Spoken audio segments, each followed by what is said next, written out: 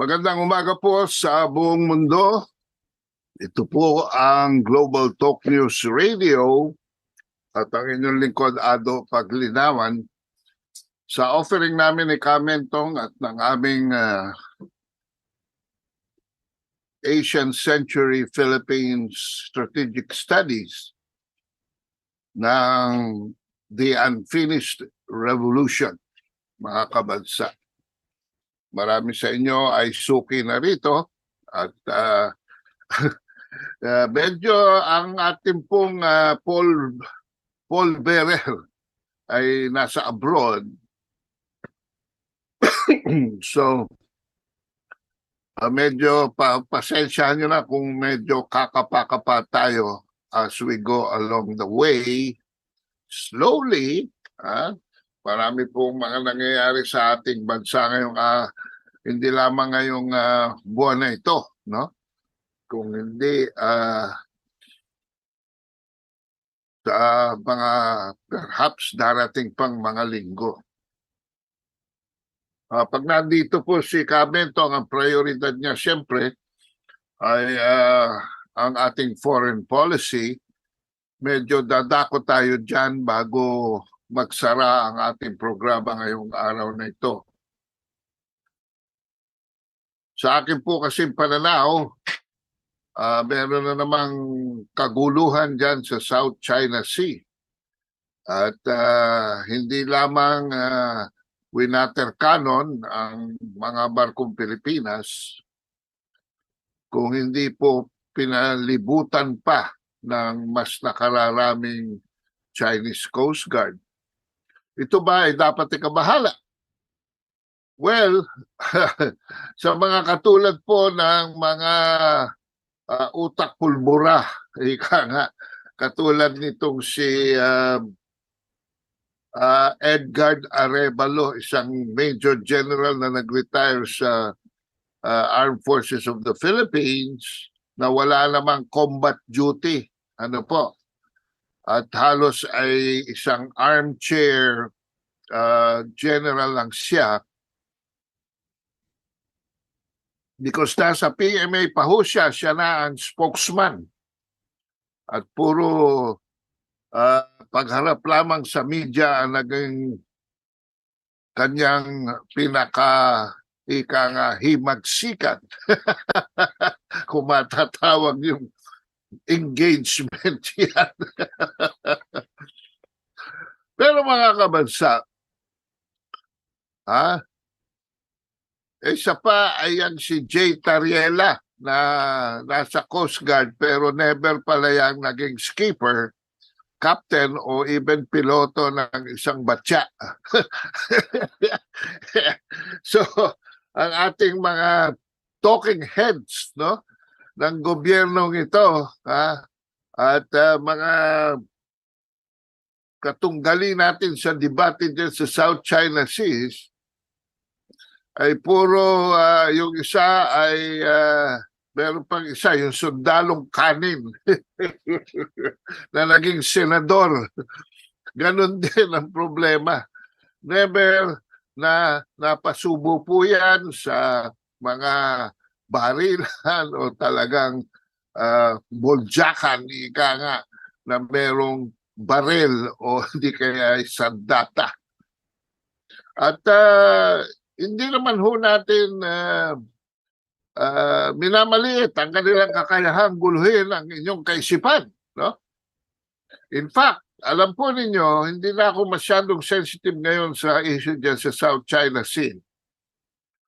Because, mga kabasa, ito pong South China Sea debates ay dominated ng mga abogado at saka mga nagmimistulang mga abogado sa ating lipunan.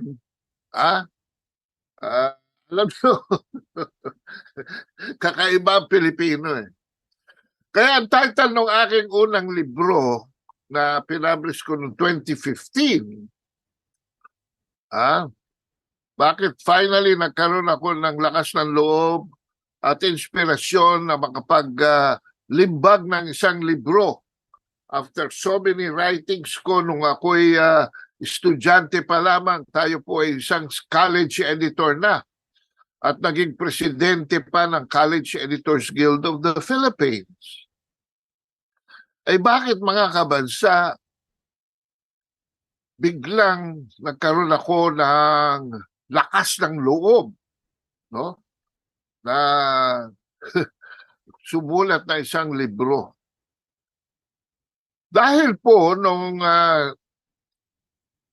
kalagitnaan ng 2015, nagkaroon po ako ng imbitasyon na pumunta sa China.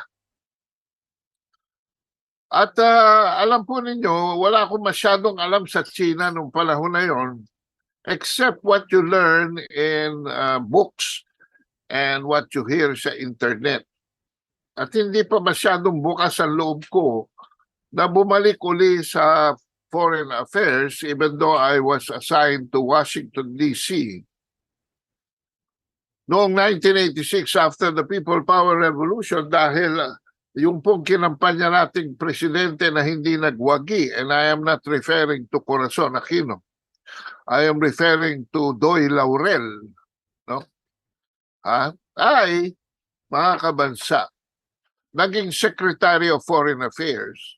At dahil kami ni Vice President pa siya noon, former Vice President Emmanuel Pelaez, ang kanyang number 1 and 2 man sa kampanya, kami po ay natalaga na pumunta sa Washington, D.C. Si Pelaez bilang ambassador at ako bilang kanyang press attaché at spokesman at special assistant. Mula po noon, 1986 hanggang 93, nag-double up pa kami sa United Nations noong mamatay si Claudio T. Hanqui bilang ambassador to the United Nations. So ang aking pong experience sa kabuuan ng Estados Unidos at United Nations ang nagbigay sa akin ng isang napakamalawak at malalim na kaalaman ukol sa foreign relations.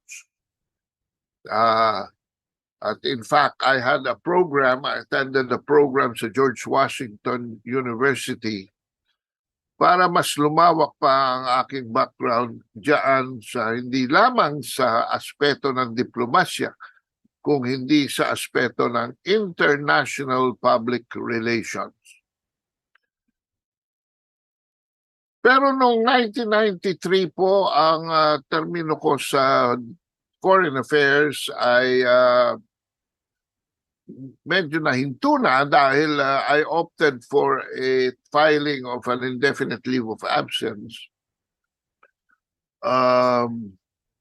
Dahil nalaman ko na ako pala ay presidential appointee. So, nung pumasok si Ginoong Eddie Ramos, na-extend po ang term ko, gusto niya for another 6 years, pero malarapat ko lamang po na maging 1 year for personal reasons because I'm really a private sector individual. So noong magkaroon ako ng pagkakataon, mga kabansa, na pumunta sa China, nabuksan ang aking kaisipan at nagtanim sa aking puso na ito palang bansang ito ang maaari nating katigan, mga kabansa, ukol sa pag-unlad ng Pilipinas, no? All right, nandiyan po si Lumpia Logic watching from the Midwest. Choppy daw ang reception. Okay. Okay. Magandang umaga, Kaado. Diyos, Kamento, maraming salamat. Enrico Abehal, salamat sa kaalaman. All right. Alright, nandyan si Shirley Villostas. Good morning, watching from Calamba, Laguna.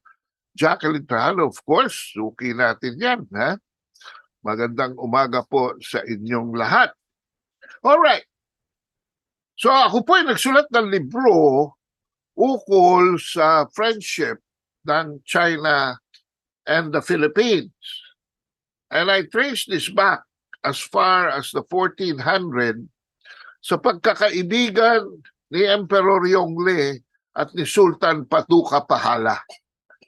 Si Sultan Paduka Pahala po ay pumirma ng isang treaty of independent states, no? Bilang isang tributary independent state sa China para pumailalim tayo sa proteksyon ng China. Yan ay isang treaty na hanggang ngayon ay hindi pa po na-abrogate. Okay.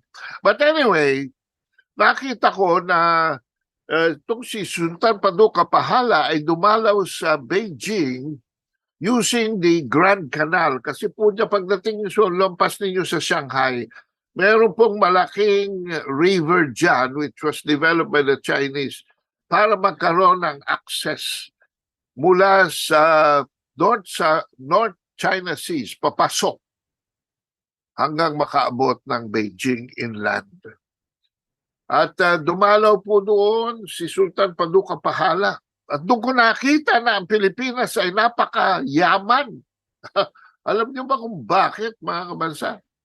Dahil sa hirap ng paglalakbay, si Sultan Paduka Pahala, ang kasama po niya is about more than 300 boats. Mga kabansa. Ha? Mga barko. Ha? Ang dinala niya doon, dala-dala ang tributes na idudulog niya para kay Emperor, sa kanyang kaibigan na si Emperor Yongle. Ang pagkakaibigan po ng dalawang yan ay na-develop dahil sa Old Silk Road ng ginampanan ni Admiral Zheng He sa kanyang 7 voyages. Alam niyo sa Middle East, sikat na sikat yang si Zheng He. At ang kanyang pangalan doon, kung inyong papansin, ay Sinbad. No? Sinbad the Sailor. Kayong mga nakapanood, kayong may edad na nakapanood ng The 7 Voyages of Sinbad, yan po si Admiral Zheng He. At nagdadala siya ng mula dito sa ating lugar, nagdadala siya ng silk, porcelain, at would you believe, tea, tsaa, no? At silk, no? Seda mula rito sa China at iaakyat naman natin mula dito sa Pilipinas dahil alam niyo natalo natin sa gera yung mga yung mga taga-Indonesia. Indonesia then was still under the Majapahit Empire. Natalo ng Sultanate of Sulu sa gera yung Majapahit Empire. Kaya lahat ng spices na nakakalam ng Indonesia hanggang bandang Marianas na, doon sa Molucas, Java at Sumatra, umaakyat po yan at hindi na from Java, tinatransship yan, kundi inaakyat po yan sa Sulu, sa Hulo, para tayo naman iaakyat natin pasabay dun sa trip ni Admiral Zheng He papuntang Kanluran. At yan pong kay Zheng He ay nakakarating po yan ng West and South Africa. No, mga kabansa. At mula South Africa at West Africa. And this will explain kung bakit dyan sa Mogadishu maraming singkit na itim. Dahil nagkakaroon ng shipwreck at when this Chinese swims to the shore, they become residents of these African countries.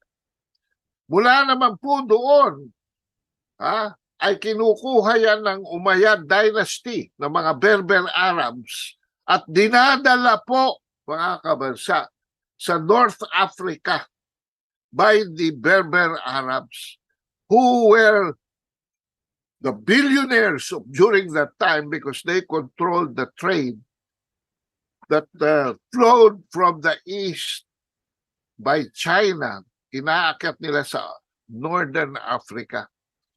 Tandaan nyo mga importante dyan, no, mga kabansa. Silk, porcelain, and cha, mga kabansa. Kaya ang mga British naging tea-drinking nation. Anyway, at yung spices na pinadala naman at sinali ng Sultanate of Sulu, diyan kay Shenghe. Siya ay nakakarating ng North Africa sa isang bansa na noon ay tinatawag na Mauritania, no? Na ngayon ay divided na into 3 different countries. Diyan po nagsimula sa Mauritania yung salitang Moro, Mauritania.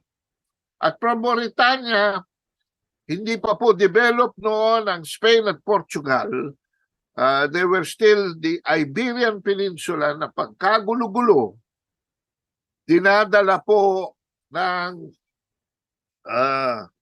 Berber Arabs yan, mga kabansa. Paakyat, no, mga kabansa, sa Iberian Peninsula and paakyat to the rest of Europe. So yan po ang isang kasaysayan na hindi naman kinikwento sa atin na tayo pala ay important peg, no? We were an important niche even of the old Silk Road of the anong area nagpunta diyan si Sultan Paduka Pahala. This was in the 1400s. And in 1417 siya ay nagpunta sa Beijing. All right. Diyan po, naging mayaman dahil dumadaan yung train papuntang the rest of Europe, no? Sa Espanya at Portugal. Kaya po yung mga Hudyo, yumaman dyan. They became the accountants of the Spanyols and the Portuguese, mga kabansa. And slowly the Portuguese were able to divide the world. Nung unang mapa ng mundo was a division between the Portuguese and the Spanish. The whole world. No? Why? Because the Portuguese were a seafaring country. Natatandaan nyo yan, sila Magellan. Hindi naman ho yung mga Espanyol eh. Yan ho ay mga Portuguese na hinail ng Queen Isabella para ayan sila Columbus para maglayag para sa kanilang partnership. Paano sila yumaman? Dahil ang kalakal na nagmumula sa Asia na dinadala sa Southern and Western Africa ay inaakyat ng Berber Arabs at dumadaan sa Iberian Peninsula. So eventually the Iberian Peninsula developed the personality that we now called Hispania and Portugal. Yan po ang history. Pero nung magpunta po si Sultan Paduka Pahala sa Beijing, sa kanyang pagbalik siya ay nagkasakit at namatay sa bandang Shandong. At doon po, dahil sa kanilang pagkakaibigan, binigyan ng isang burial na ni Emperor Yongle, imperial burial, and a 8-hectare burial grounds with the perks on the level of a foreign king, on the level, on an imperial level. Hanggang ngayon po, pwede niyong dalawin sa syudad na dyan sa Shandong province. Yaang 8-hectare burial ground na yan. Alright. So, yan po ang na-inspire ko. Nagpunta po kami doon sa Shandong. No? Ha? Nagpunta po kami doon sa, hindi ko lang alam pronouncing, Deschutes City. Deschutes City. Mga kabansa. So, nagsulat po ako ng libro. At dito ko nakita na tayo palang mga Pilipino, ang walang iba tayong dapat sisihin sa nangyayari sa atin, kundi ang ating sarili. Because we have a problem for every solution.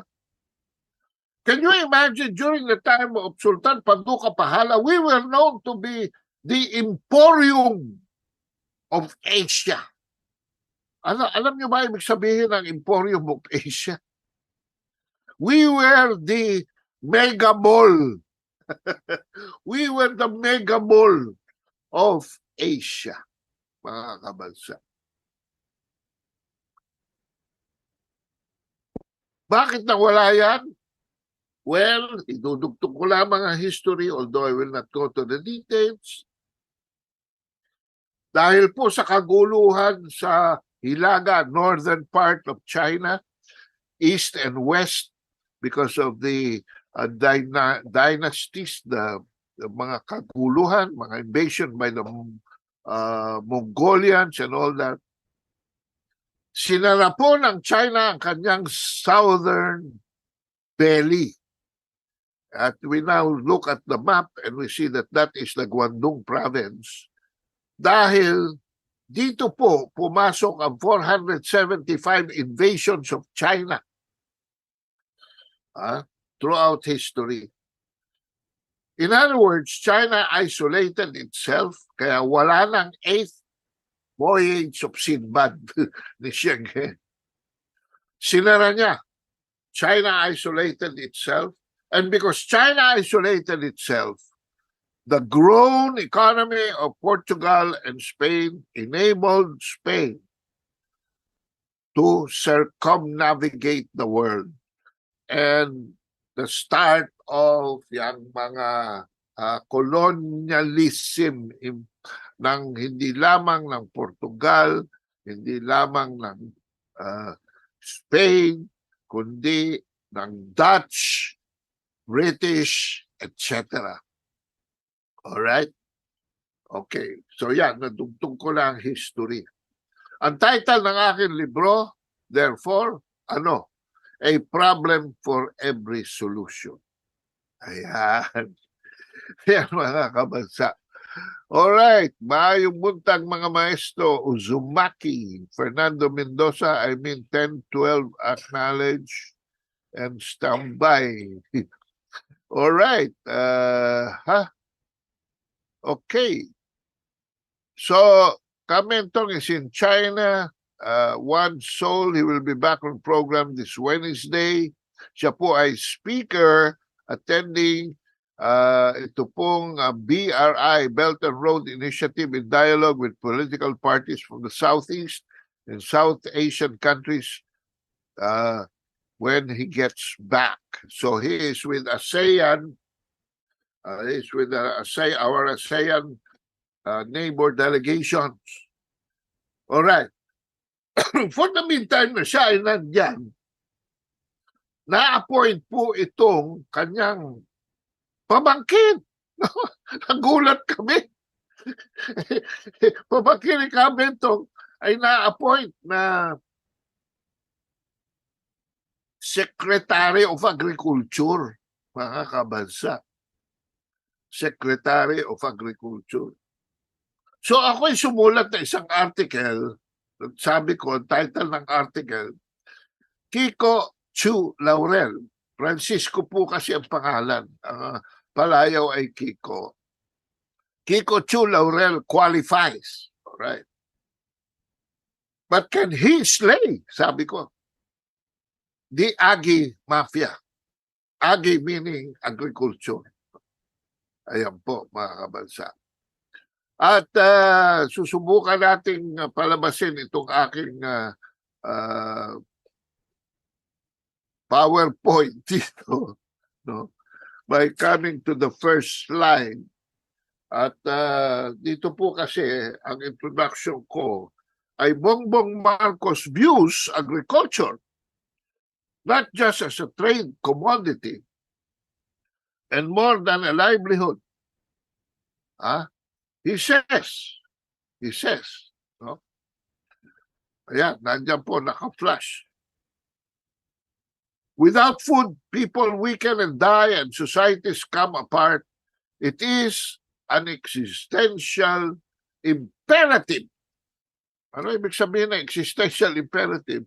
Without which we cannot exist. Wala pong pagkain eh. O, di ba? And a moral one. Ayan. Food sufficiency, sabi niya, must get the preferential treatment. Must get the preferential treatment free trade countries always gave their agriculture sectors. However, mga kabansa, ito naman ay matter of public record na. The president failed miserably when he designated himself as concurrent Secretary of Agriculture. He said his preferential powers were needed to address the gnawing pains of the sector. But he neither had the time and confidence. In fact, hardly was he in a month present dyan sa DA. And worse, while at it, no?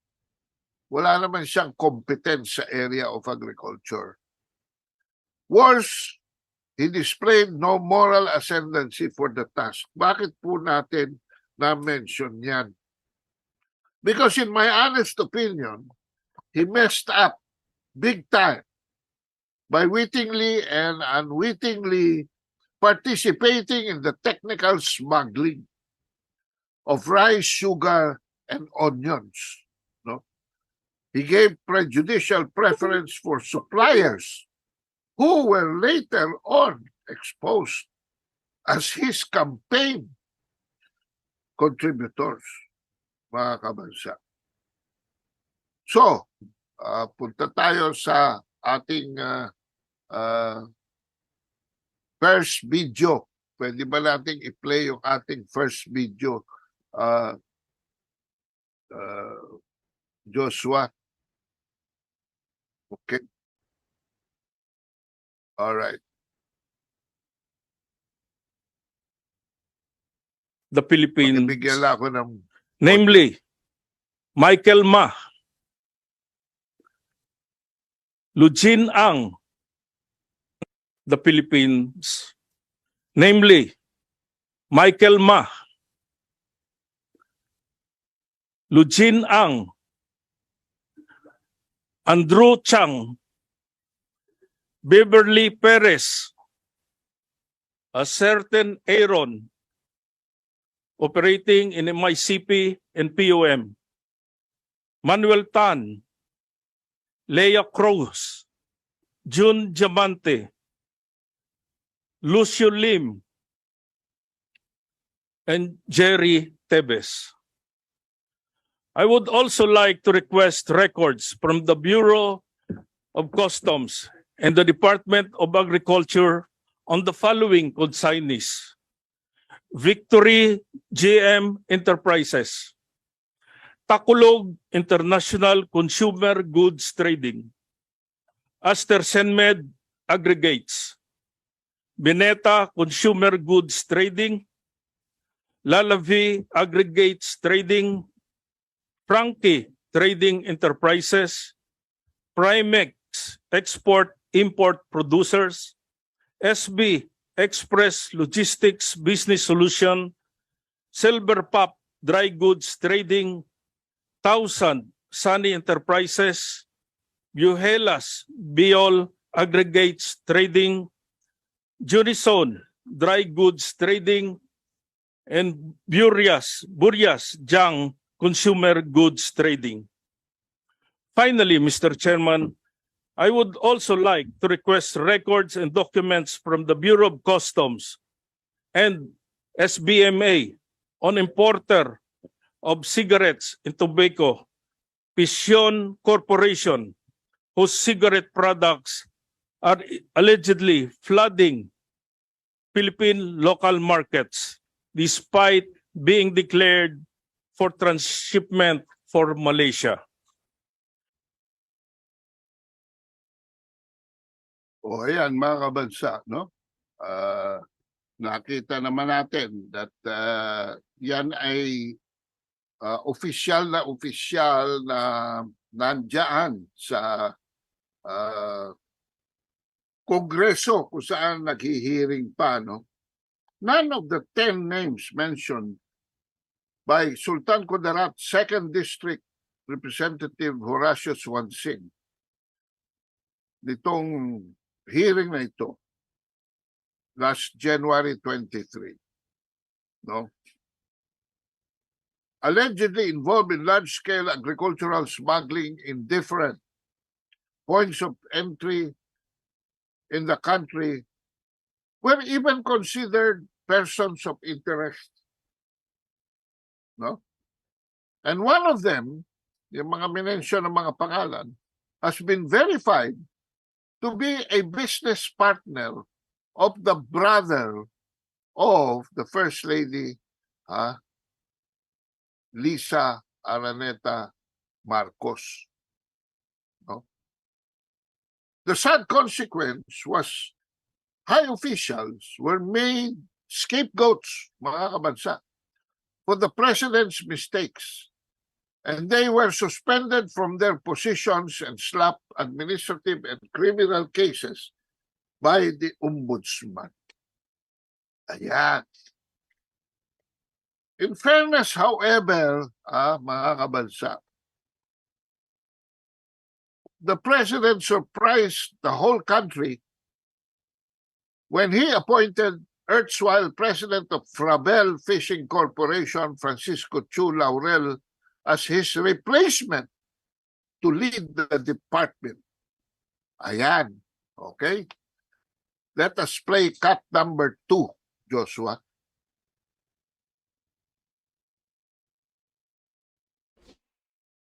Business tycoon Francisco Tiu Laurel Jr. is the new Secretary of the Department of Agriculture, which was previously headed by President Ferdinand Marcos Jr.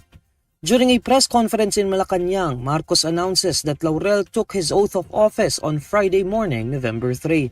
In explaining his appointment of Laurel, Marcos says he has found somebody who understands the problems that the agriculture sector is facing. This time that we have found somebody who understands very well the problems that agriculture is facing. The reason for the timing is that now we are confident, Secretary Kiko and I are confident that we have a fair understanding, a good understanding of what it is that needs to be done. Laurel says he would prioritize modernization in the agriculture sector to help boost production, which would help bring food to Filipino families. Pangunahing adhikain ko ang pagtiyak na sagana ang ating ani at siguraduhin ito ay nakakarating sa hapag ng bawat Pilipino.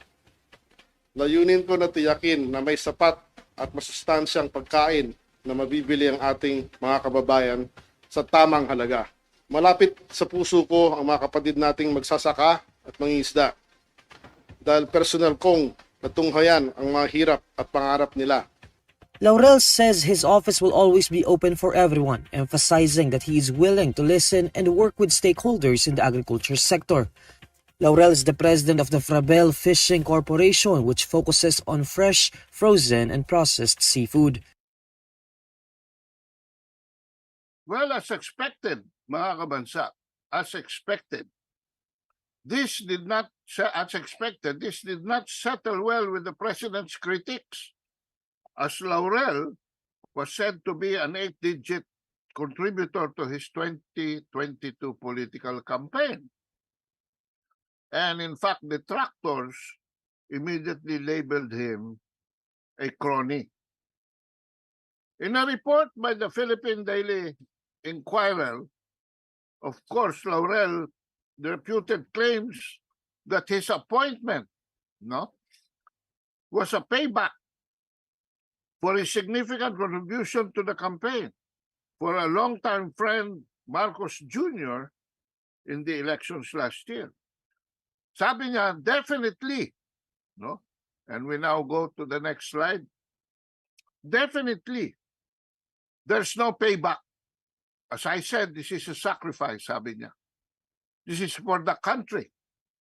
I have more interest in I have no more interest in the companies I own.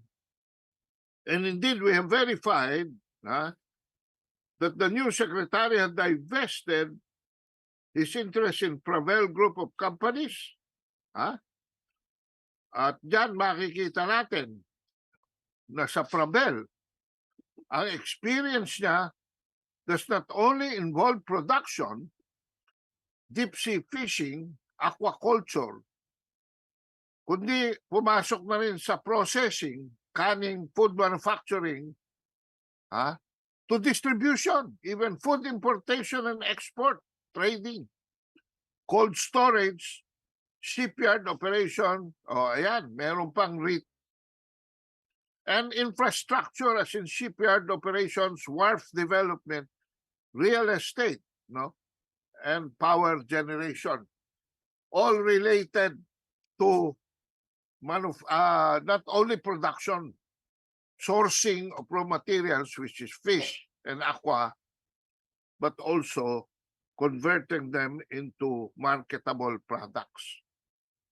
No? And I agree with the Manila Times when the Manila Times said that Marcos' choice displayed some refreshing, out-of-the-box thinking and offers the prospect of real progress in improving the country's agriculture sector. Alam po ninyo, independent-mindedness is important dahil so far, iisa lamang sa mga gabinete ni Presidente Marcos Jr. ang nagpapatunay na meron na siyang, because of her independent thinking, malawak na ang reforma. In fact, revolutionary na naging reforma sa Department of Education under Vice President and Secretary of Education, Sara Duterte. Wala pa po pang iba na nagpapakita ng structural changes. Wala pa nagpapakita ng systemic reforms. No? And dito sa sagot ni Kiko Laurel, when asked about the 20 peso per kilo rice, ano sabi niya? It may not be practical goal. Can you imagine?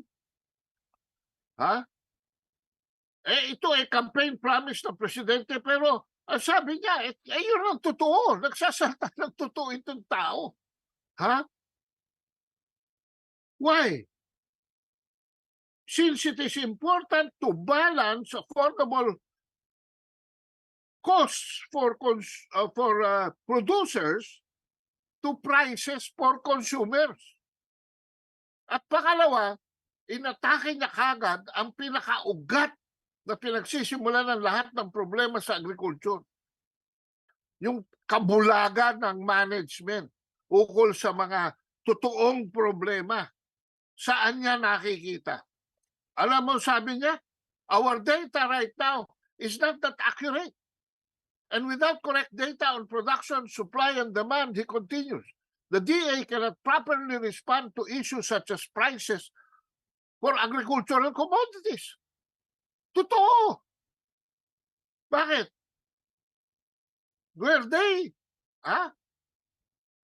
Were they? Matalino naman ating Pangulo.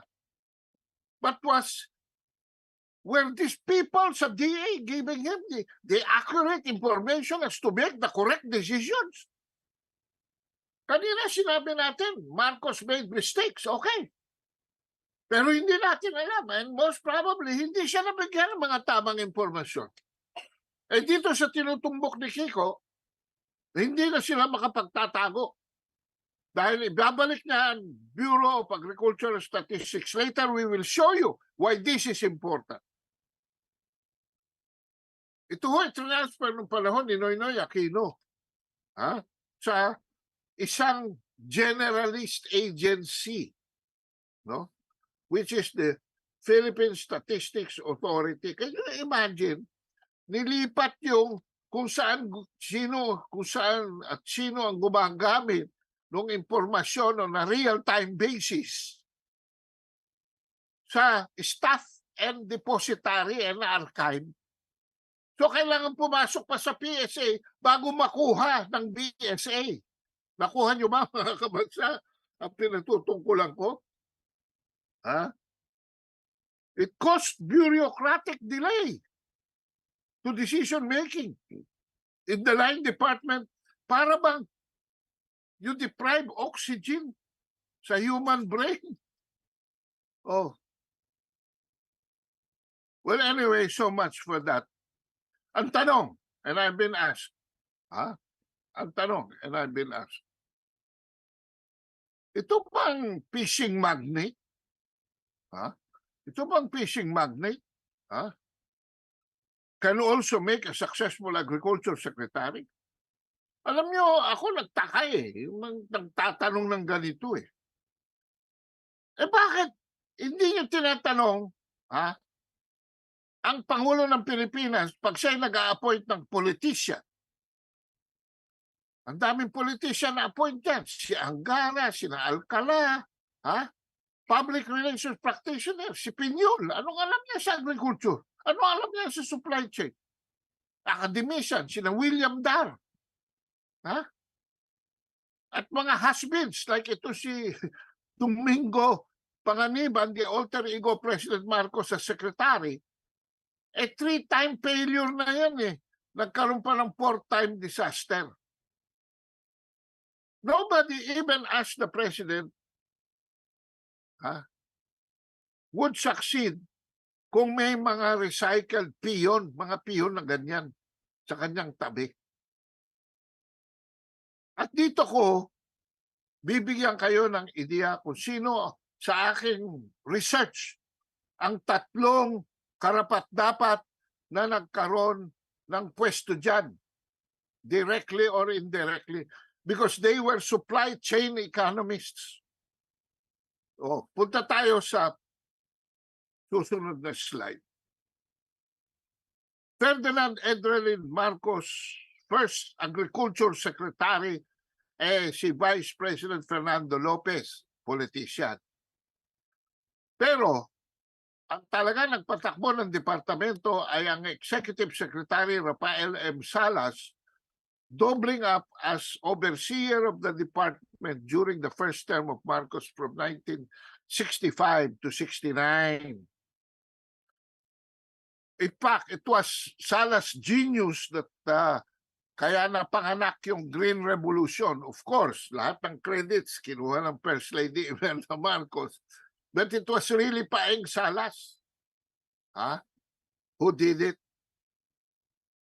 Ngayon, during Marcos' second term, mga kabansa, the cabinet position was bequeathed to Arturo Tangco. Pinakamakatagal po itong umupo. Technocrat ito. At doong panahon niya, 13-year watch, the Philippines became a rice exporter. Mga kabansa, can you imagine? Ayan. There has been no significant achiever since Tangco until Gloria Macapagal-Arroyo appointed entrepreneur and successful fruit producer and exporter Luisito Lorenzo Jr., who learned the ropes from his father Moro Lorenzo, the famous basketball player, who ended up taking over the Del Monte plantation from the Americans nung ibenta naman. Alam niyo yung mga Amerikano, nung mabibigyan na tayo ng mga independence, ganyan, at saka yung parity rights, nawawala na. Gusto na rin nilang umalis. Mga fair weather investors, mga Amerikano. So, binenta nila ang Del Monte dito kay Moro Lorenzo at mula sa 5,000 hektarya, mga kabansa, pinalaki ito ni Sito Lorenzo sa 28,000 hectares. one of the world's largest pineapple farms in the world. Nabili rin ni Moro Lorenzo mula sa Ayala at Aboitiz families noong 1980s ang Lapanday Agricultural Development. At ito ay pinalaki rin ni Sito Lorenzo to become the Lapanday Group of Companies based in Davao region and one of the country's top exporters of Cavendish bananas. O, tingnan nyo mga kabansa, hanggang ngayon napapakinabangan natin ang genius ng mga tao na ito. Bakit? Ano ba ang pinakamalaki export natin sa China? Di ba pineapple tsaka bananas? O. At sinasabi ko nga, nagkaroon na tayo ng Green Revolution, na-resolve na natin ang problema natin sa agrikultura. And why are we in a mess? Because the Filipino has a problem for every solution. Kaya, nag-export na tayo ng rice. Eh ngayon, we are, I think, the top importing country pagdating sa bigas. So yan mga kabansa, no? At dito, para mabilisan na lamang ang talakayan, nilagyan ko na lang teka, pull out ko pa lang sa aking computer. Ayan, ano naging template ni Lorenzo dyan sa supply chain economics? No? Pwede niyong balikan ito sa replay ng programa. Pero ito po is commonly known as farm to market. Ang problema kasi, pagka politiko, pagka mga PR men, pagka mga kung sino-sino lamang dyan ina-appoint sa agriculture, eh hindi nagiging farm to market. Mga kabansa, pati mga academicians na namin dyan, nagiging farm to mansion roads. Pero, joking aside, ito po ay food supply chain. At dito sa chart, makikita nyo yung movement na blue ng food from farmer to processor, to distributor, to retailer, to consumer. At pabalik yung pera. From consumer, pula naman, yung pula, pera. To retailer, to distributor, to processor, to farmer. Yan po ay cycle. And once the cycle is disturbed, nagkakaroon ng domino effect, mga kabansa. At napuputol. Kaya nga tinawag supply chain. Kailangan tuloy-tuloy ang takbo niyan. 24/7. Pag naputol yung farmer to processor, ano ang dadaloy sa distributor, retailer at consumer? Wala. Kung ang daloy ng pera from consumer to retailer to distributor to processor, hindi makarating sa farmer. Sino magtatanim? Sino magpuproduce? Simple-simple lang po yan. Money must flow back. Kaya nga tinatagan Land Bank of the Philippines para yung pula babalik sa farmer. It was precisely for the purpose of accelerating the farm to market, the supply chain economy that the Land Bank of the Philippines, that the Development Bank of the Philippines were set up. Mga kabansa. Wala nangyayari. Mayaman ang processor, mayaman ang distributor, mayaman ang retailer. Grabe pa mag-smuggler ang mga distributors sa retailer. Bugbog ang consumer sa mataas na presyo. Okay, babalik yung pera, pero nakakarating ba sa farmer? Hindi po, mga kabansa. In fact, ang estimate ng mga budget na nakakarating lamang sa farmer sa laki na appropriation is maliit pa sa 10%. So yan po, but how does this help the administration of Lorenzo? Well, bukod po doon sa ginintuang masaganang ani, internally gumawa kami ng tema. Hindi lamang natin bibigyan ng kalusugan ang enthusiasm ng lahat ng involved dito sa supply chain economy. Pero kailangan magdulot ito hindi lamang ng sigla, kundi yaman sa kanayunan. We are predominantly an agricultural country, ladies and gentlemen. So, kailangan mayaman ang ating countryside. So, hindi lamang kami nag-delve. Ang dami hong plans and programs, existing na lahat yan sa DA. Pero, ginawa namin kaagad-agad na roadmaps ito. In other words, anong klase yung mga plans and programs, ano silbi ng mga ganyan? Kung hindi naman mai-enforce, di ba? So roadmaps kami. Ha? We went down to the grassroots, talk to the farmers. We went down to the retailers, to the distributors, to the processors. Lahat yan, binalikan namin para pabilisin ang supply chain. Ha? So nagsimula kami sa farming. Ano na-achieve namin? 97% rice sufficiency. Importante po ang rice because consumption ng human beings. 83% corn sufficiency. Let's go to the next slide, Joshua. Importante po ang corn sufficiency sa animal feed. And then, nagkaroon ng problema sa galunggong, hindi na ito poor man's fish, kinailangan, ay nandyan lang pala sa research. Alam niyo ba na-discover namin, mga kabansa? Ang daming research, pinakamaraming PhD natin dito sa bansang ito are involved in agriculture and fisheries sa countryside economy. And for years, namangha kami sa Costa Rica, nagpunta pa kami sa Costa Rica, nakita namin, they were harvesting tilapia for 3 seasons in a year. Eh tayo, 2 seasons in a year lang. Diyan namin kasi bumaba kami. Hindi lamang sa Bureau of Agricultural Statistics, kung hindi sa Bureau of Agricultural Research. At yun namin nakita na dito pala sa Central State University ay meron ng genetic engineering ng tilapia that enabled not 2, not 3, but 4 times a year, 4 seasons in a year, pwede kayong mag-harvest ng palm size, yung table size, kasi laki ng palm na tilapia. Nung nalaman ni Gloria Macapagal-Arroyo yan, who was the president, right away, we got a budget for 14 regional hatcheries.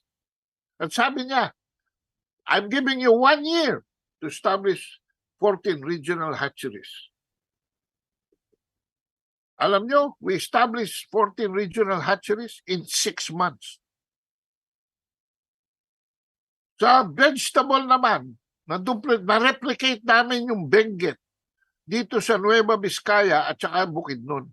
Sa Nueva Vizcaya, by working very closely with the governor and the agricultural industry,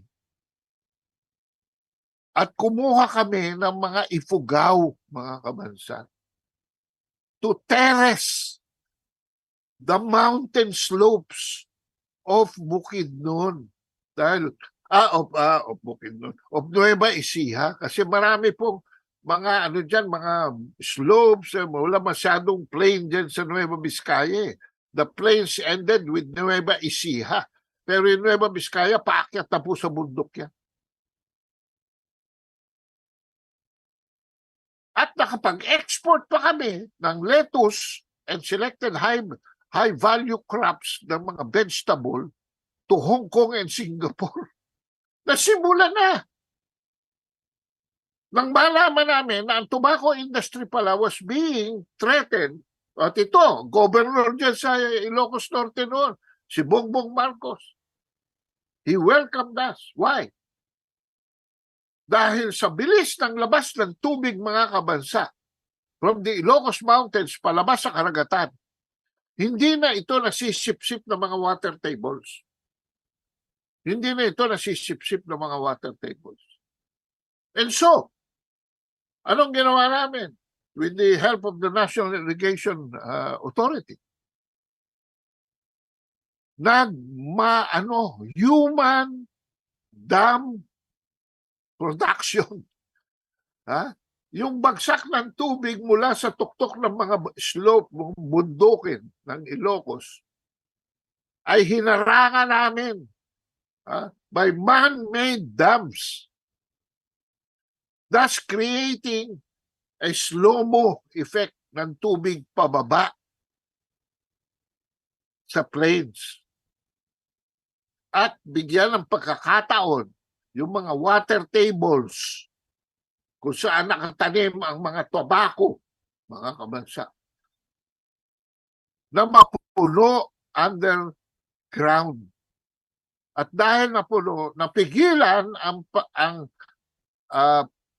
yung pagpasok ng salt water galing sa karagatan papasok sa water table. Na-reverse namin. Alam nyo kasi yung tobacco, makaamoy lang yan pala ng alat, mga kabansa. Eh yung sigarilyo, hindi na tuloy-tuloy. Napuputol-putol, napapatid-patid. Kaya hindi po pwede pala yan na ilapit sa asin. And then to go on, we maximize the diversification of packed products, particularly different products of coconut flour, coconut sugar, virgin coconut oil.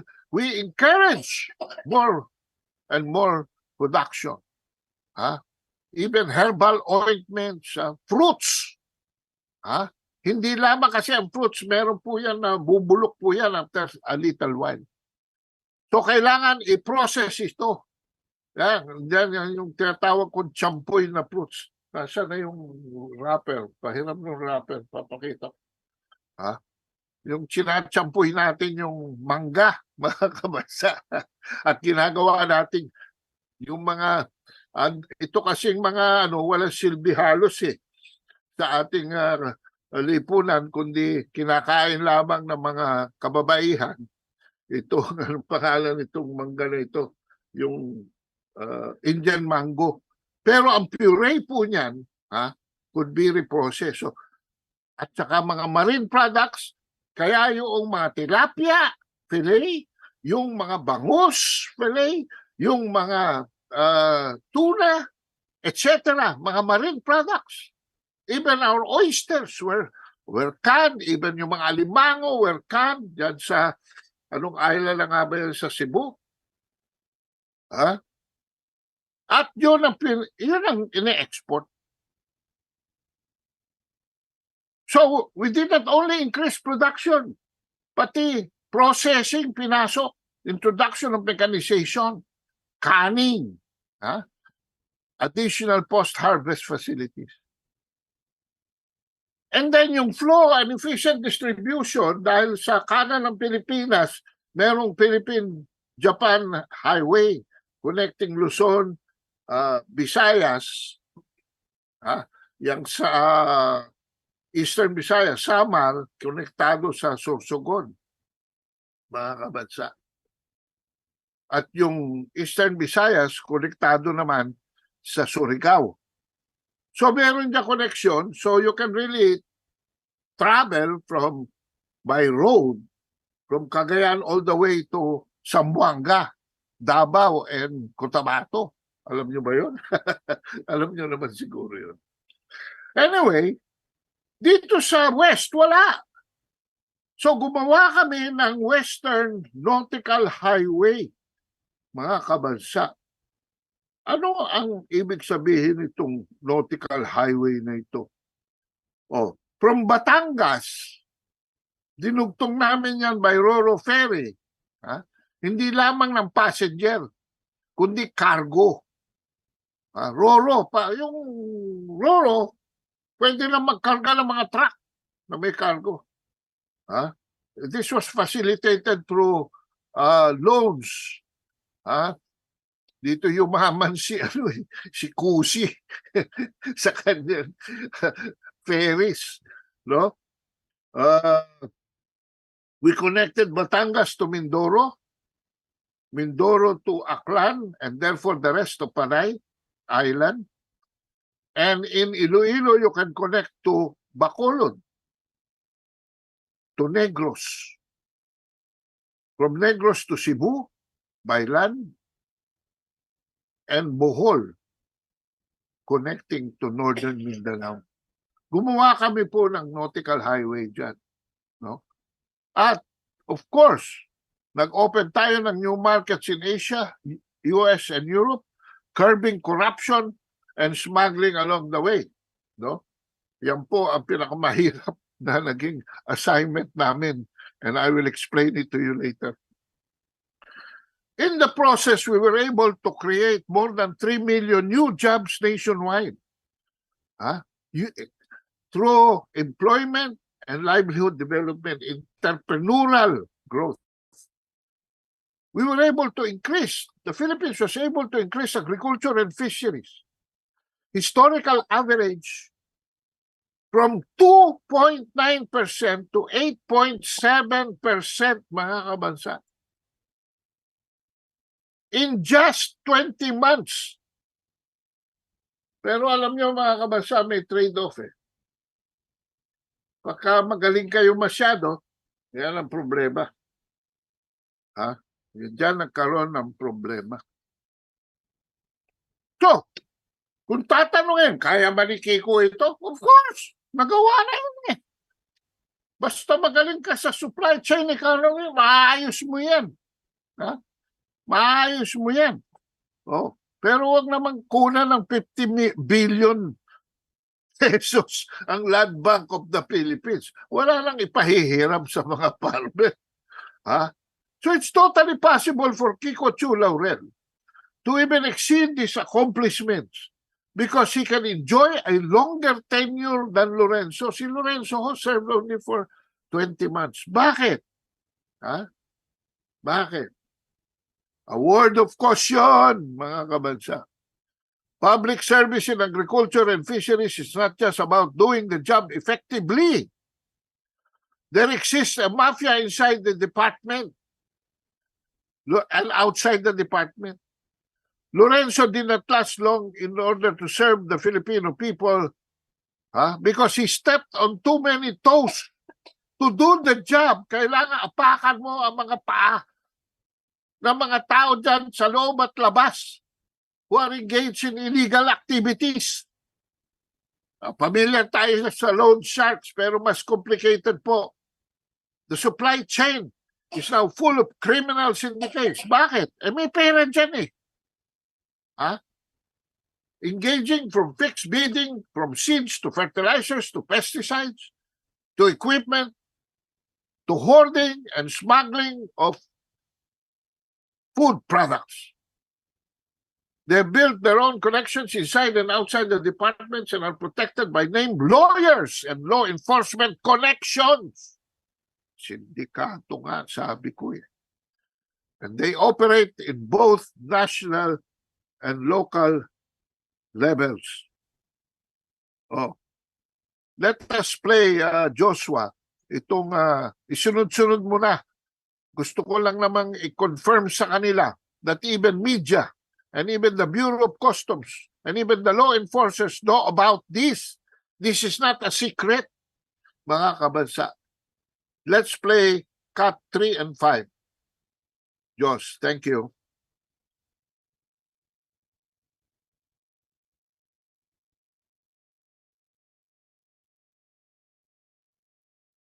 Hello, Josh. Are you there? Okay.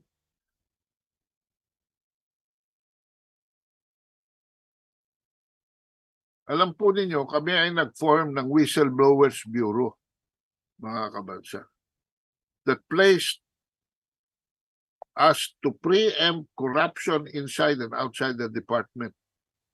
And that has connections with agriculture, that anything that has to do. Sige, let's play it. Let's play it.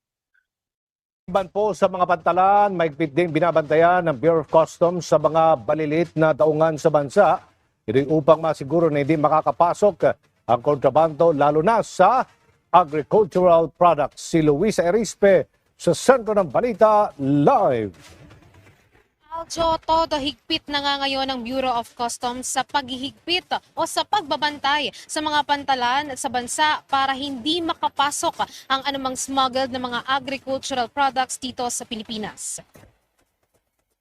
Alinsunod pa rin sa utos ni Pangulong Ferdinand R. Marcos Jr. na pakpuksain ang smuggling sa agri-products lalo na sa sibuyas.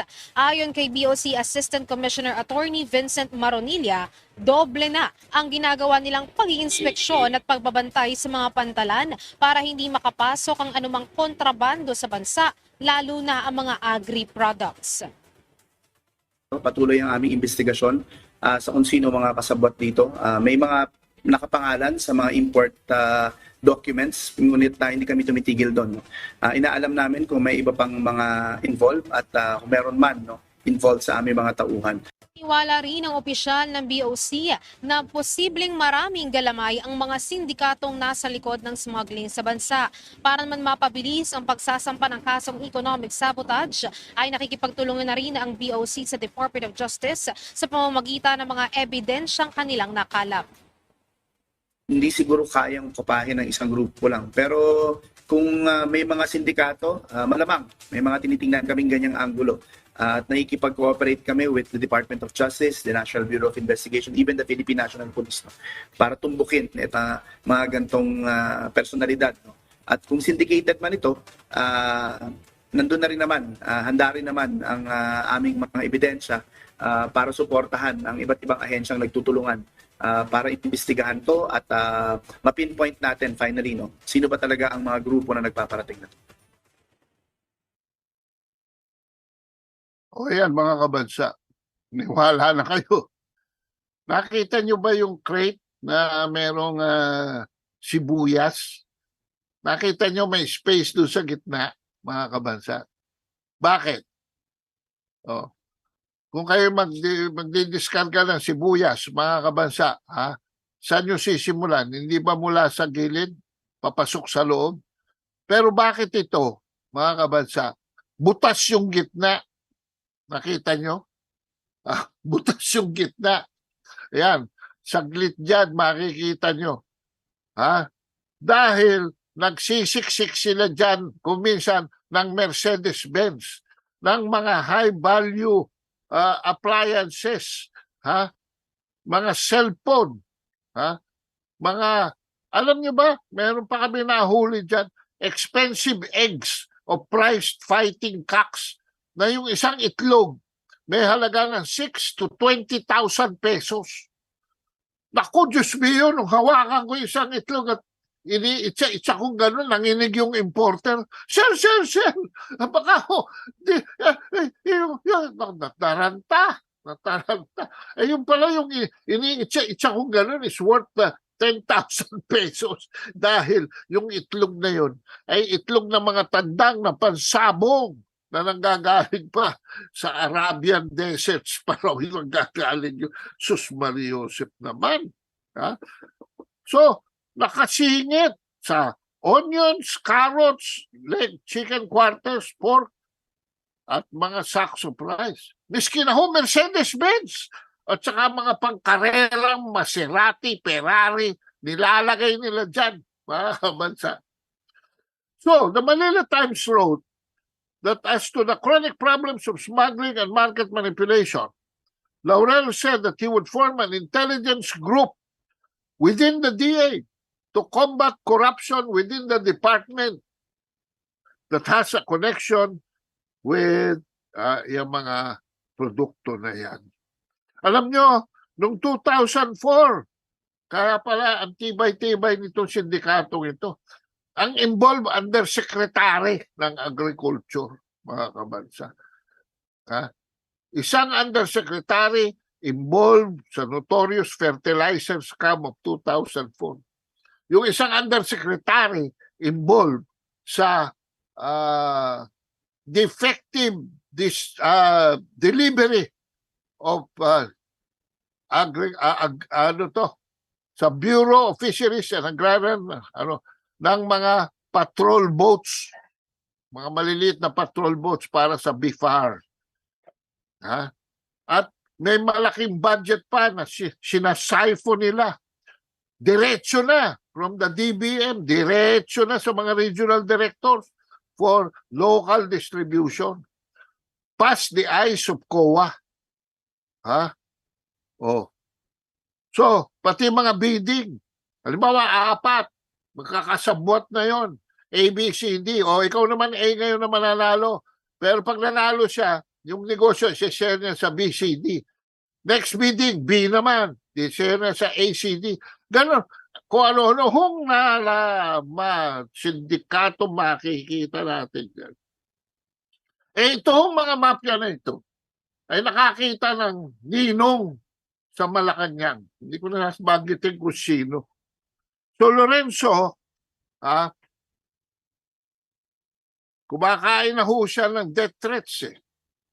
Breakfast, lunch, and dinner.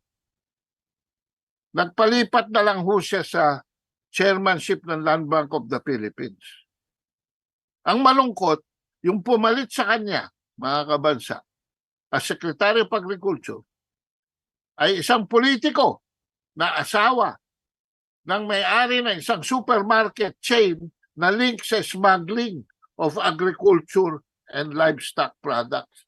Specifically rice, mga kabansa, and rice and chicken leg quarters. Chicken leg quarters. So yan ang malungkot.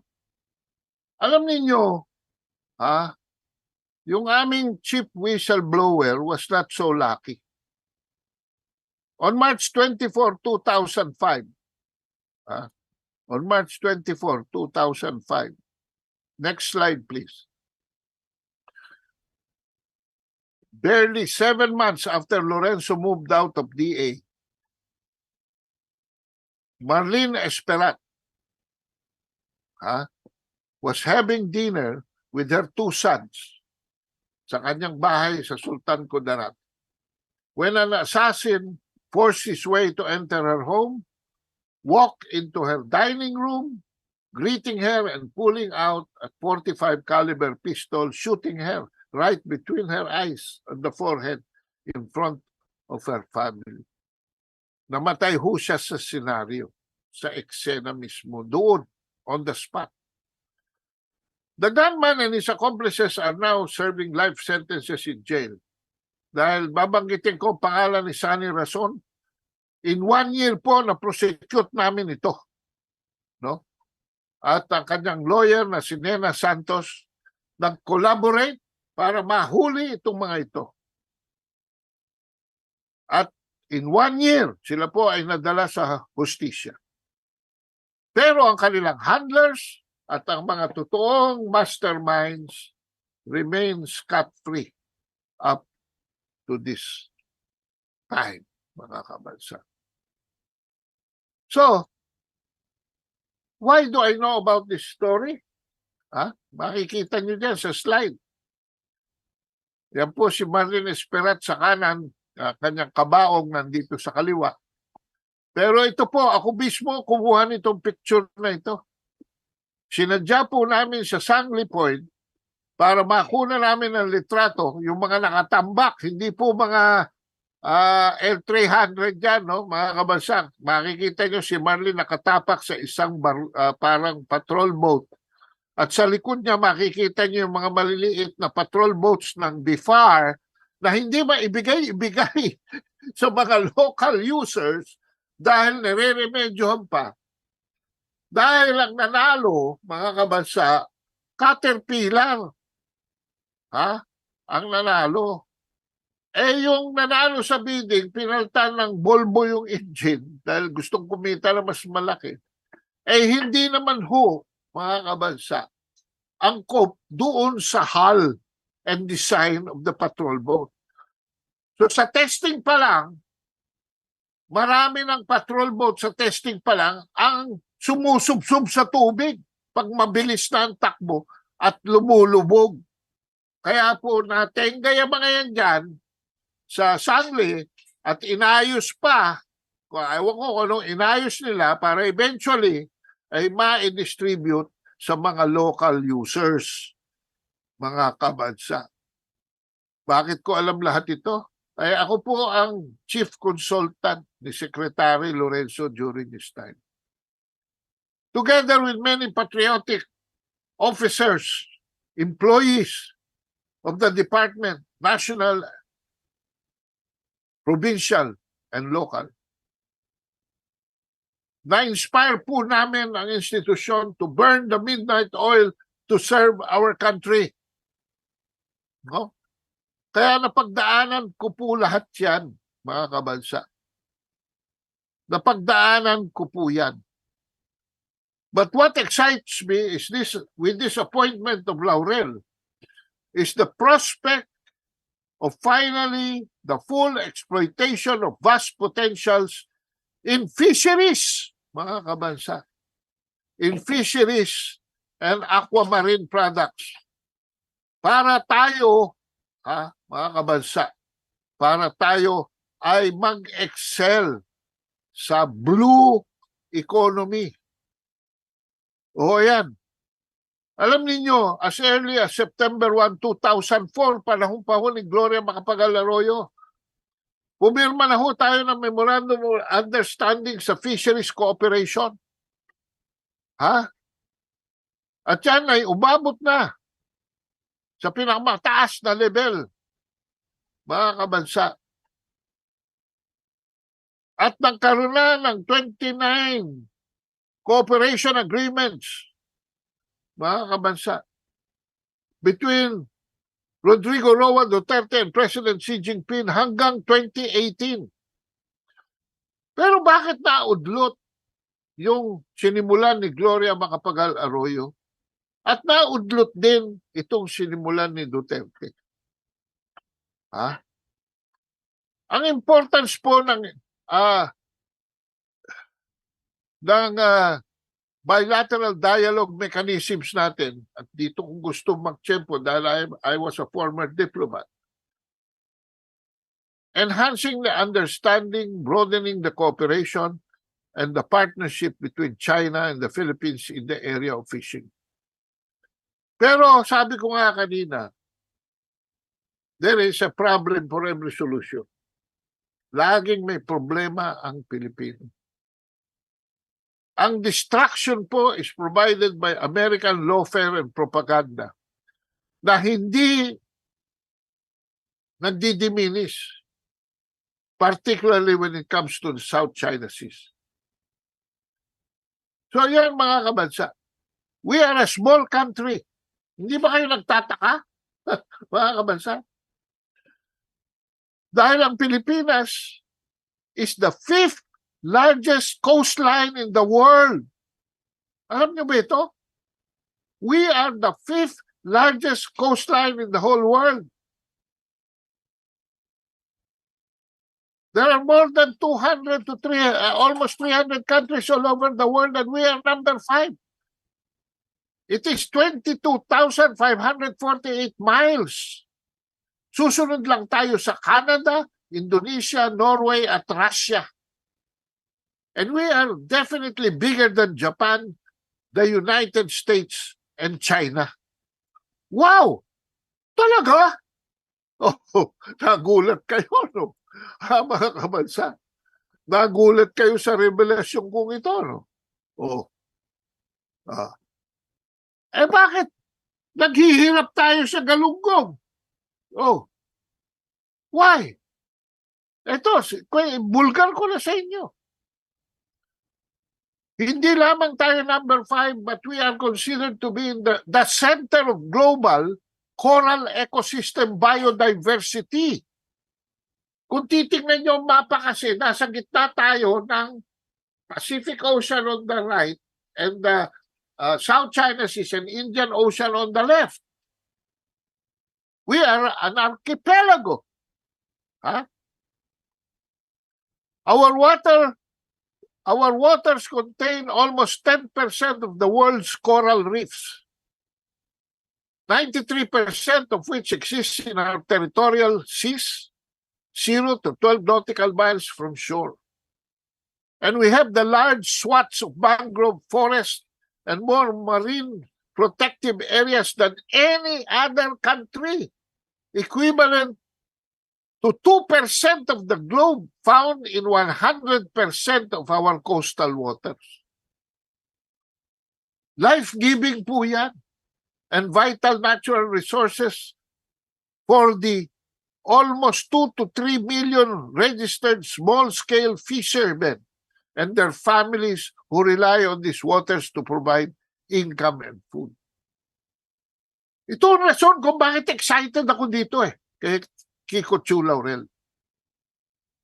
Because bukod sa magagawa niya sa agriculture, mga kabansa,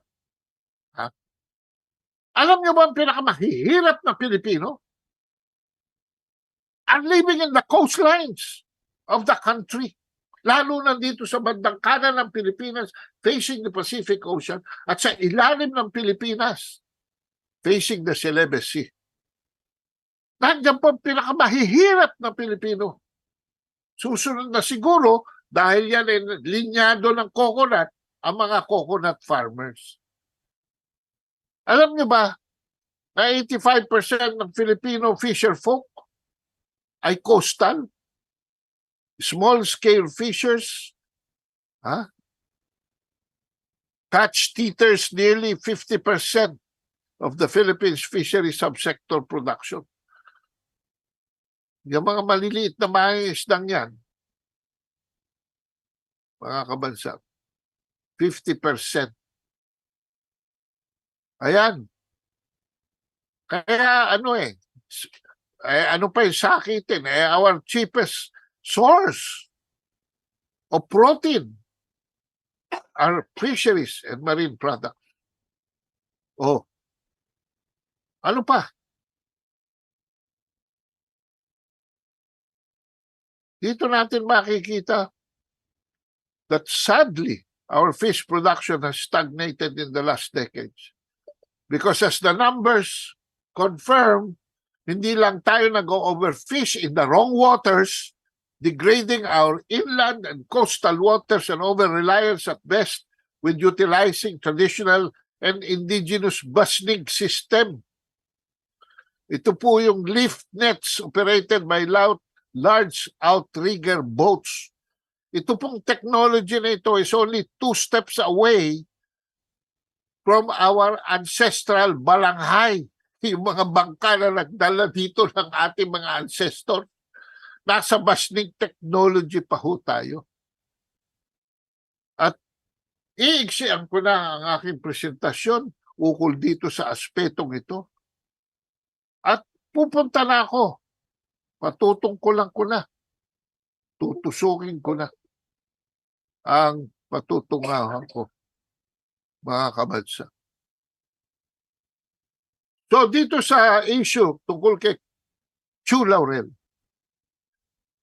nagre-reserve ako ng judgments according to his appointment dahil Herculean task po ito. Herculean task po ito. To me, para sa akin, given the long narration, and I hope I didn't bore you, his acceptance of this assignment is far from the luxurious comforts of his home. Bilyonaryo po ito. And perks of his successful businesses. And is already, para sa akin, a selfless sacrifice and an act of heroism on his part. There is a clear and present danger dito sa kanyang buhay, at saka sa kanyang safety and the safety of his family. Hindi po basta-basta ang mga kalaban natin dyan sa Department of Agriculture. Pero masasabi ko lang is we are all stockholders here. And his success is our success. His failure is our failure. So let us pray, mga kabansa, that he slays, natapusin na niya ang mga lurking vultures along our way and his way. Yung mga buitre na nakalinya dyan. Tapusin na niya, mga kabansa. Yan po mga kabansa. Ngayon na bigyan natin ng panahon ng pagbabasa ng mga some of the comments of our viewers before I go to my last topic today, which poses as our biggest security threat. No? Meron ba tayo, Diyos, na mga mababasa dyan ng mga comments? Ha? Bigyan mo nga ako ng konti while I look for the next topic. Yan. Ito. Raul Papa, very well said on Esperat. Blue economy, less competitor. Tama po, because sa kanan natin, nag-iisa lang tayo eh.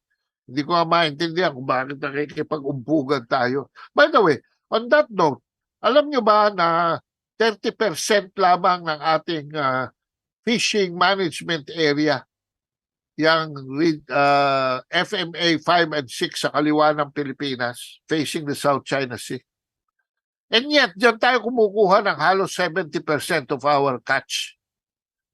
In other words, talagang ang potential ng deep sea fishing dito sa kanan ng Pilipinas at sa ilalim ng Pilipinas has not yet been tapped. Ayan. Kung meron mang kayamanan yan si Kiko Laurel nakuha dahil so far halos limang pangalan lang yata ang involved sa fishing industry natin sa deep sea. Ang basnig kasi mga kabansa, aalis yan ng bago magdilim. Pero kailangan bumalik yan bago magtanghali kinabukasan. Bakit? Dahil tunaw na po yung yelong dala niyan. Wala siya equipment. Pero ito mga 500 feet to 500 feet to 700 to 1,500 footers. Ang dami niyan, mga kabansa. Ang dami niyan nakatambay lang sa China. Kaya-kaya tayong tulungan. No? Alright, ano pa? Big no to ating reserva to family ito. Alright. Teka, hindi ko mabasa ito na sa kanan ko eh. Napakaliit. Well, Raul Papa, blue economy, less competitor. Tama po yan. Sa pagpapaliwanag ninyo, hindi na nakapagtataka kung bakit hindi basta nahuhuli ang mga smugglers at hindi mapigil ang smuggling according to Amparo Consuelo. Wala ding alam dyan, magkamukha sila ni Butol. Okay, nachismis po si Chito Lorenzo sa excessive use of cellphone. Thousands, bayarin daw ng mga cellphones niya. Hindi po totoo yan. In fact, nung magsuma total po ang accounting, nakapag-abono pa po si Chito Lorenzo ng 5 milyong piso ng sarili niyang pera na hindi na niya na-reimburse sa Department of Agriculture. Alam niyo ba na yung kanyang eroplano at yung kanyang, bakit mabilis ang implementasyon? Because he has his own airplane, a Learjet 45, and his own helicopter. At ang pinagagastos lang po dyan ay crudo, no? Yung gasolina. Hindi na po pinaupahan pa niya yan. So, yan po mga kabansa. Pwede ba kayo supporter tantanan nyo na yung tandem VP Senator Imee? Kaya mga loyalista tumayo ng mga polls paninindigan. Tungkol po yan sa politika. Alright? Good morning, GTNR family. Hello to Kabentong Ado, Jos, Danny, and to a heart. Uy, sino kaya yung heart na yan? Ang daming Fe Sidelia Maligan. Ayan po mga kabansa, at pupunta na tayo ngayon sa aking huling topic. Ayan, sa aking huling topic. Ayan. At ito po ang column ni Ricardo Saludo ngayong araw na ito. Pinahuli ko po siya dahil maaari nyo na po namang basahin yan sa Manila Times, no? Ang title po How Goes America's Agenda in the Philippines? Alright? O diyan po. Alam po niyo, naglabas ang Washington DC ng US National Security Strategy from the White House, outcompeting China and constraining Russia. At para po dito ay nag-appropriate pa ang America Competes Act ng $500 million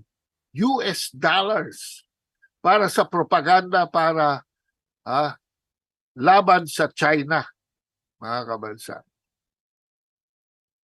Ngayon, lahat tayo umaasa na pagpasok ni President Marcos Jr., ang ating prognosis ay itutuloy niya ang Duterte administration's independent foreign policy, at ito ang tinalakay ng ating columnist choice for the day na si Ricardo Saludo, na datihan po ay nasa gabinete ni Gloria Macapagal-Arroyo. No? Pero noong Pebrero, nitong taong ito, nag-reverse course po si Presidente Marcos Jr.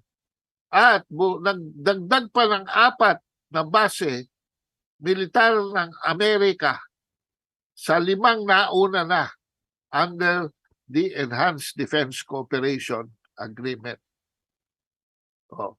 Mali ka dyan, Kaado. Baka may magsabi. Hindi yan mga American bases. According to what is on print, yan ay mga Philippine bases where we allow to host Americans. Alright. Pero mali, kayo ang mali dyan. Dahil wala pong disclosure clause. Sa EDCA, miski pabalik ta rin yung papel na nagsasabi na kailangan ipaalam ng Amerika kung ano inilalagay nila dyan. Maaaring may mga nuclear bomb na dyan, hindi natin alam. At saka dahilan ng walang probisyon sa Enhanced Defense Cooperation Agreement na hingi ng ating permiso sa anuman o ipagbigay alam sa gobyerno ng Pilipinas o sa our defense community kung ano pinapasok nila dyan.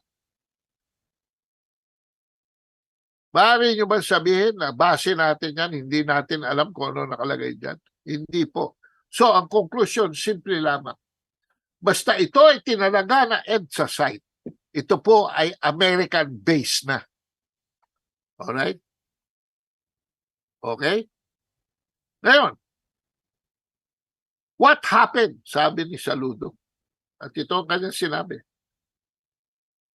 Our March 26 column reported one tycoon shared the buzz in business circles about what may be behind Marcos about face. A purported threat to expose family wealth abroad, igniting public clamor for his ouster, and the seizing of his family assets in the United States. And an impeccable source, according to Saludo with personal knowledge, said, American pressure on the president led the resignation of then National Security Advisor Clarita Carlos. Why? Because she was leading a cabinet review of EDCA, a 1999 Visiting Forces Agreement, and the 1951 Mutual Defense Treaty governing our U.S. alliance. Ayan, mga kabansa. And then finally, Yashu Shukan ay naglabas sa Asia Week China edition ng 8-page cover story analyzing the Philippines' shift towards America and asking, does the U.S. have something on Marcos Jr.? Ayan. And subtitle, the family of President Marcos has funds in the U.S. exceeding 10 billion US dollars. Yung 10 billion po na yan, estimated yan noong pang 1986. So you can just imagine na it is about 60 billion na po ngayon. Together with the Marcoses' thousands of pending lawsuits, this wealth, sabi ni Yukan, ano ito? Mukhang, ano ito parang Arab name. No? This wealth could allow the US to influence developments in Taiwan and the South China Sea. The perspective is based on three realities, sabi. First, the Marcoses have immense wealth. Thus, both Marcos and his sister, Imee, bankrolled nationwide campaigns for senator, vice president, and president. Indeed, the Maharlika Investment Fund is supposedly envisioned to channel Marcos money into development projects. Kuno! Sana na nga! Sana na nga! Sana na nga! Second, uncovering hidden wealth has been done on a global scale. On October 2021, the International Consortium of Investigative Journalists exposed countless assets in offshore havens held by world leaders and billionaires. During the same to just one family is easy for the US CIA helped by the feared Financial Action Task Force Against Money Laundering. Ayan, mga kabansa. Third, the Marcos billions would ignite agitation for his ouster and recovery of family money. Indeed, not including hidden wealth in the statement of assets, liabilities, and net worth required from all public servants is a ground for impeachment, as in the case of Chief Justice Renato Corona. So ayan mga kabansa, what makes U.S. pressure on President Marcos believable is his utter and unexpected about-face from policy pronouncements, especially the Philippines being friend to all, enemy to none. He also noted just in January during his visit to China and the World Economic Forum in Switzerland that Asia sought neutrality despite pressure to align. Nag-iisa po tayo. Na-isolate na tayo sa ASEAN. At lalo na dito sa nangyayari sa Israel, mga kabansa, at Gaza, ay para bang nag-iisa lamang ang Pilipinas. Can you imagine, mga kabansa, boboto lamang. Boboto lamang to stop the violence, ceasefire, and to promote peace talks. Nag-abstain ang Pilipinas. Can you imagine, mga kabansa? Nag-abstain tayo. Ay, nako. Sinabi rin ni Presidente Marcos sa CGTN, China Global Television Network, that the region's future must be decided by the Asia-Pacific region, not anyone else. He said Philippine national interest dictates that we will not allow ourselves to be drawn back to the old Cold War formula where one has to take sides. Klarong-klaro po yan, mga kabansa. Sa CGTN, 14 minutes, mga kabansa. Sinabi niya, the Americans offered to be a third party between China and the Philippines.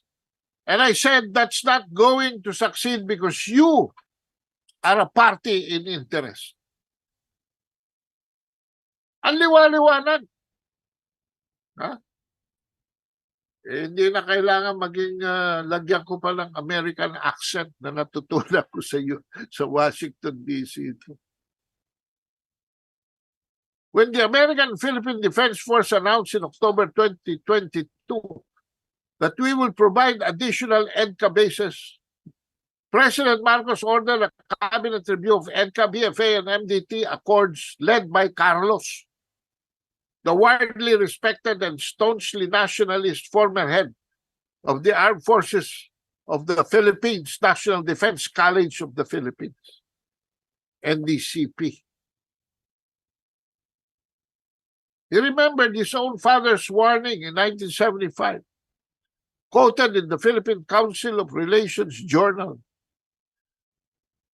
na sinabi ni Marcos Sr., if the purpose of the American military bases is to strengthen American military posture in the Pacific or in the Indian Ocean and throughout the world, does this not expose the Philippines to the animosities, suspicions, and conflicts arising out of the American military buildup? Animosities and conflicts that we have no participation in the making, hindi tayo kasali. At hindi ba ito mga bases na ito, sabi ni Marcos Sr., endanger the safety of the Filipinos and the Philippines not only from conventional armed attack but from possible nuclear attack? Wow! But in February, nag-about face siya. Dumalaw dito si Lloyd Austin. At nagkabayan sila. Voila! Nagkaroon ng additional 4 EDCA bases. So ito mga senaryo according to Saludo. Ano ang plano rito ng Amerika? Unang-una ang EDCA daw dahil mag-expire ito sa April 28. Hindi ko makalimutan yan dahil birthday yan ng kapatid ko. Na mahal ko. Next year, April 28, mag-expire po ang EDCA. At ginagamit nila itong incidents sa South China Sea.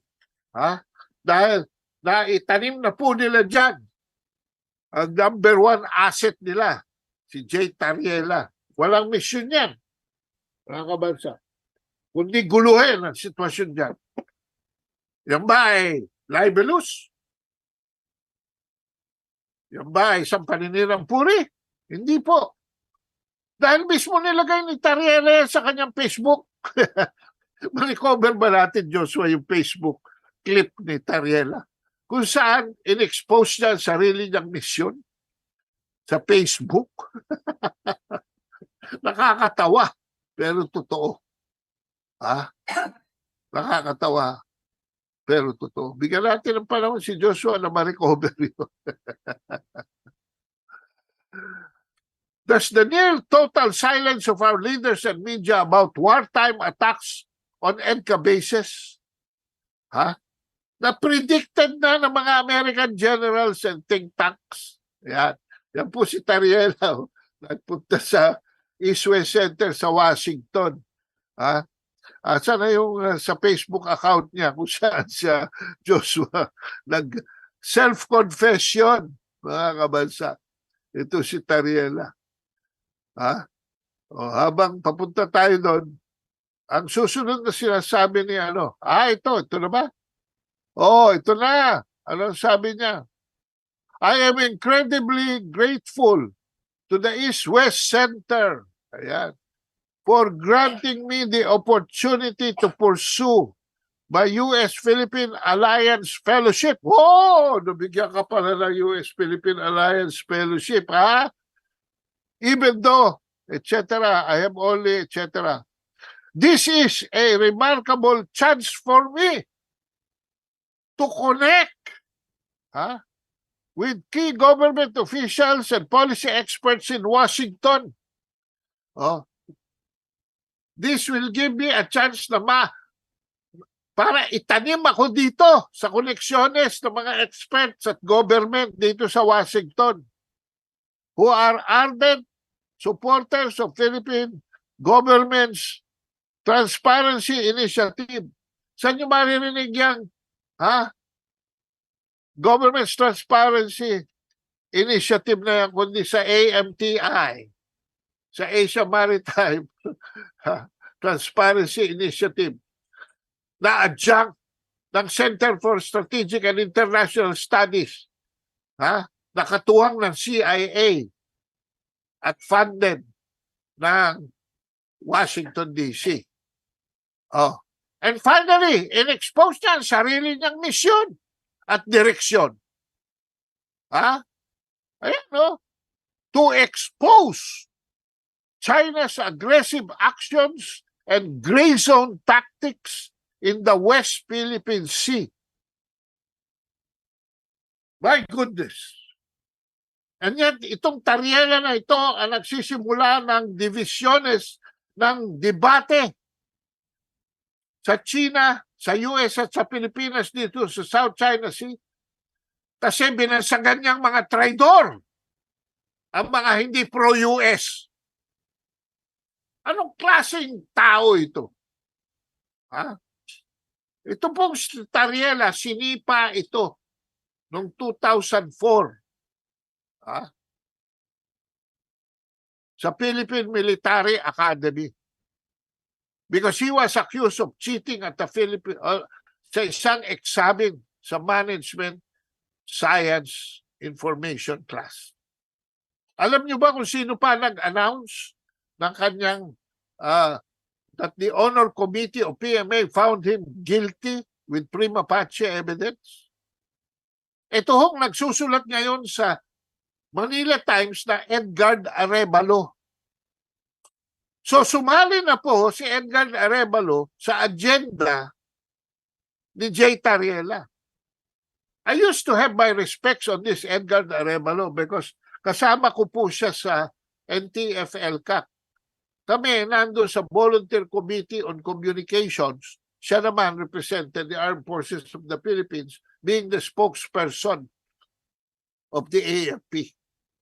Nagkasama po kami dyan together with other generals na nakilala ko because police and military generals because of our work to eliminate communist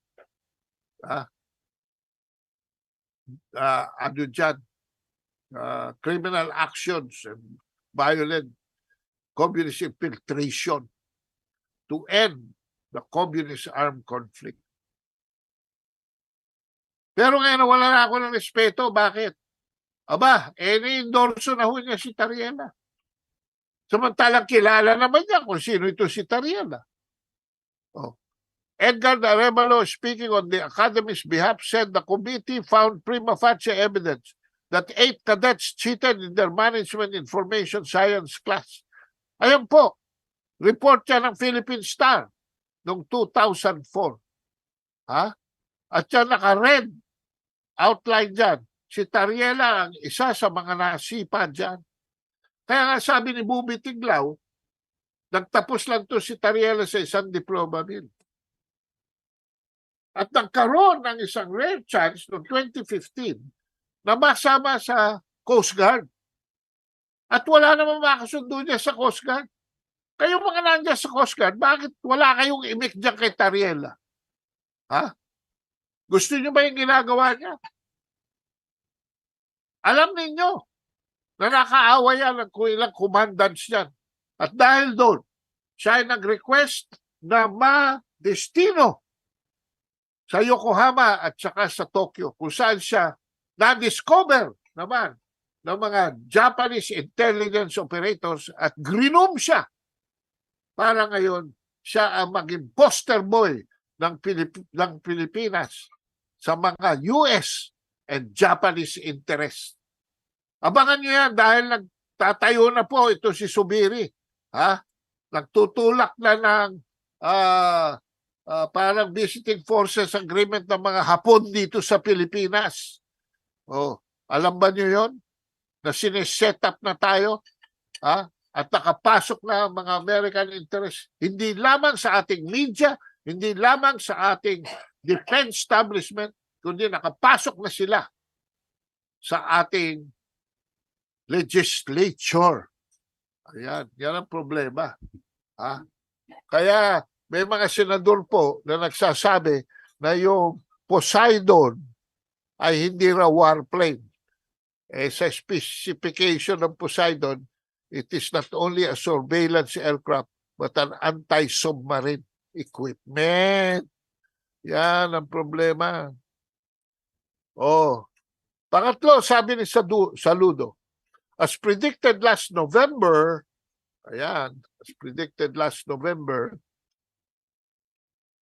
okay, what's in it for the BBM camp? The US, Japan, Australia, and other American allies are helping boost the Philippines. And in the process, itong malungkot, pwede naman silang pumasok, may independent foreign policy tayo. Pero ang tanong ko rito, and we will expound this starting Wednesday, pagbalik ni Kamento up to Sunday, kung bakit tinutulak nila ang China palabas ng Pilipinas, ganong may mga projects tayo na nakabitin. And one of these are the railway projects that only dito sa Bicol, but also sa Mindanao and Northern Luzon. Ano ang plano ninyo? Nagkakansela na kayo ng mga contracts para i-rebid ninyo gamit ang yamang Marcos na ipapasok daw through the Maharlika Investment Fund? Wow! Anong agenda ni Marcos dito? Lahat ng kontrata mapasa kanya? Sa kanya mga intereses, sa kanya mga kumpanya, sa kanya mga cronies? At siya pa ang magiging may-ari ng mga ito? Pero okay lang yan, okay pa rin ako dyan, mga kabansa. Okay pa rin ako dyan.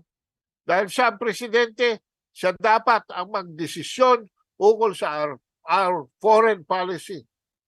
Wala akong quarrel dyan. Pero according to the recent Pulse Asia survey, yung cheche-bureche ninyo, yung bruhahan ninyo, tungkol sa ating soberanya, na sinasabi nyong in danger because of China, pero hindi nyo naman sinasabing in danger because of the US infiltration in almost in our entire walk of life and policy making. Okay.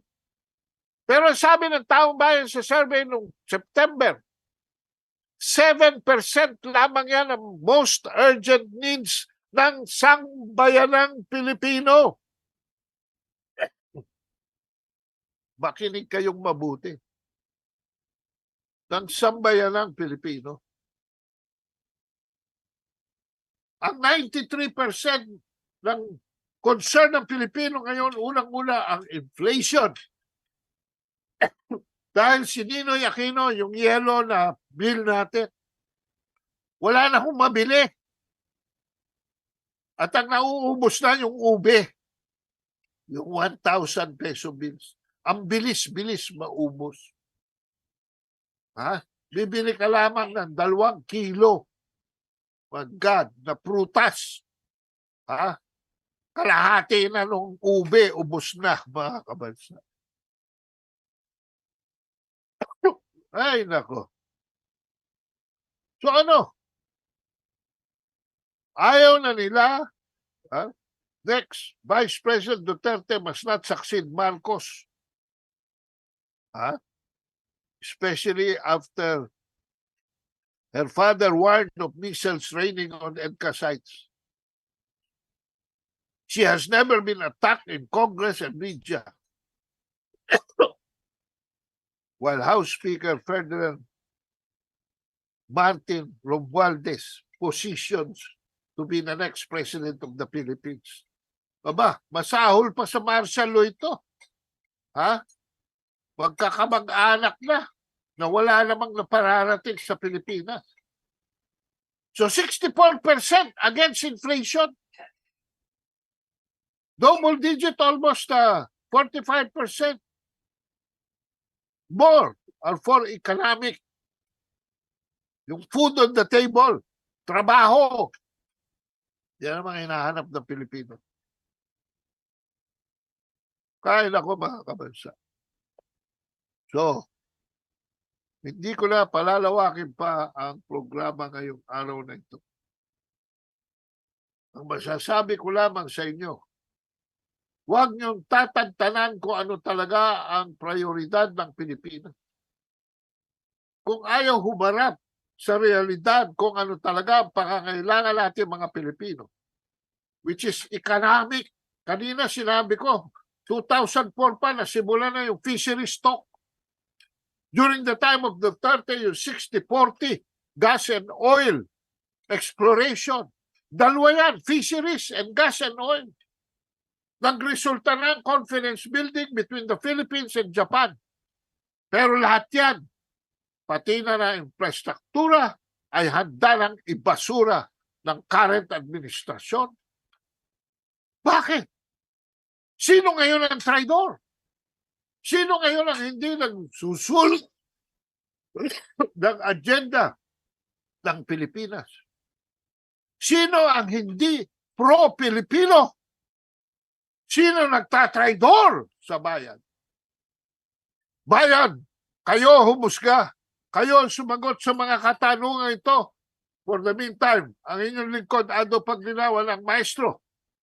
In behalf of Bentong Laurel, Joshua Passion, Danny Long, Ana Malindogoy, nagpapaalam na muna at magkita-kita tayo sa susunod nating programa sa Miyerkules. Abangan nyo kami alas 6 ng gabi sa Opinion Online. At yung forum sa Sabado, yung regular Saturday forum, at again on Sunday, next Sunday, sa The Unfinished Revolution. Hindi pa po ito tapos. Hindi pa po tapos.